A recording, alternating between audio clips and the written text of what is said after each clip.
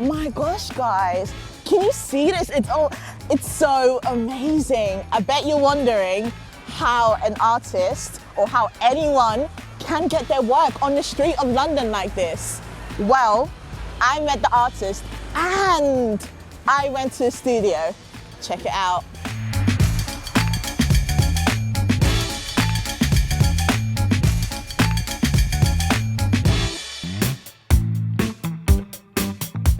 Hey. Hey, how are you? I'm good. I'm Thelma. Nice to meet you. Nice to meet you too. So I heard that you just got a new commission. So I've been really interested in like your artwork because you use such interesting shapes, and also the shapes are so colourful themselves. I hear your new commission is in central London. Yep. So in a really famous street in central London.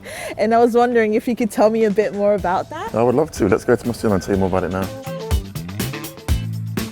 So Let's Do London is a commission that I've been working on Tottenham Court Road. So Tottenham Court Road is, it's historic for a number of different reasons. It's got this incredible furniture shops on there, and it's known for its sort of electronic shop, theatres. So what I wanted to try and do is try and tell a narrative based on all these kind of pockets of inspiration and culture on the road, and try and retell that through a mural on the floor. And that's how the project started.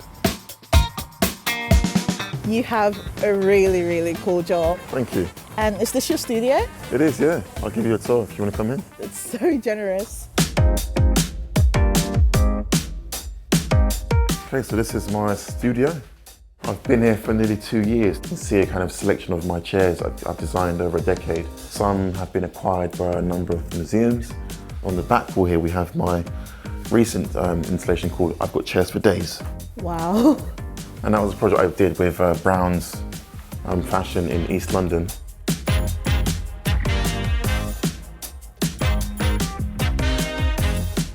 How did you transgress from being a school kid to being a famous award-winning designer who gets to design the streets of London? How did that happen? Growing up in a Nigerian household, design and art wasn't something that was seen as a career or a profession. I think I was, always kind of headstrong, and I wanted to sort of do something in the kind of creative arts. I studied fine art at college, but before that I was sort of doing GCSE art and then design and technology. So that was my kind of entry point into kind of art and design. And then finished uni, and then went to go and I interned for a designer called Lee Broom. I really enjoyed working in the studio, but then I thought I wanted to sort of do something that was more that sort of represented me a bit more, that sort of celebrated sort of who I was and sort of what it meant to be sort of a black British Nigerian living in London. Yeah. And I sort of, somehow found storytelling within design, like parables, Nigerian parables, and sort of feeding into my work. I then, produced my first collection and then showcased it during Design Week. And then off the back of that, I started to get, more kind of commissions from, museums and private people who wanted me to do stuff in their homes. And then the work became bigger and bigger and bigger. How did you become famous then? Do you know what? I'm not famous at all. I think I'd say more kind of, people recognise me for my work. Work's always been centred around kind of community and people and stories. But I think I've really enjoyed creating work in public spaces because I try and make my work as much as accessible as it is to people from different ages, races and backgrounds. Because I think art is for everyone, and I think we experience art in different ways. I'm not trying to be any other designer but myself and celebrate who I am. And that's what I will continue to do and tell my story in decades and years to come, because that's what set me apart from everyone else, and that's why I'm different, and that's why I'm Yinka Ilori, Guys, we are here on Tottenham Court Road for an absolutely mad event. We've got Yinka Ilori right next door with the mayor, Mr. Sadiq Khan himself, and some paparazzis, obviously for me, and we're celebrating the launch of Yinka's Crossing project. So it's going to be hectic, but at least I get a selfie with Mr. Sadiq Khan, so.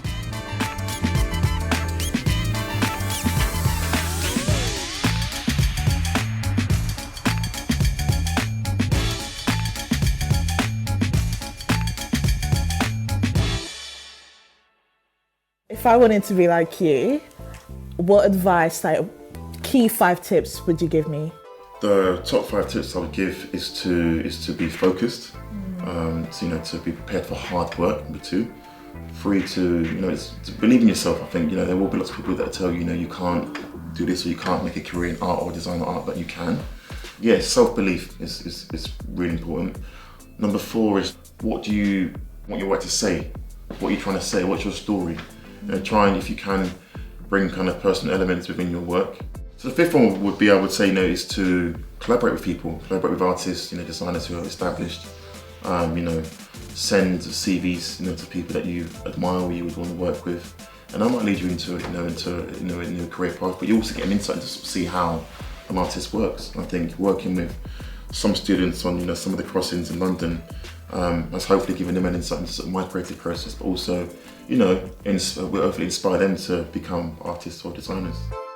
So we're here today for the installation of my road crossing on the mentoring scheme with Yinka Ilori.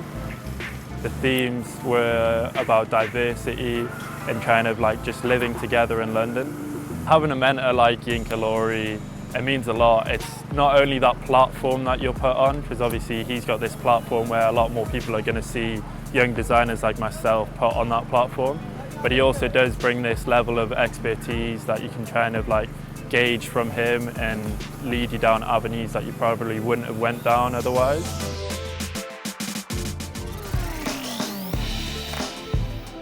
Thank you so much for sharing this whole experience with me. I actually really appreciate it. Well, no, thank you for coming down, and it's been nice to sort of show you around in my studio. And when I moved to my new studio, please come down. I can give you another tour. No way. Space. Yes. That's amazing. I'm definitely going to come down. Thank you.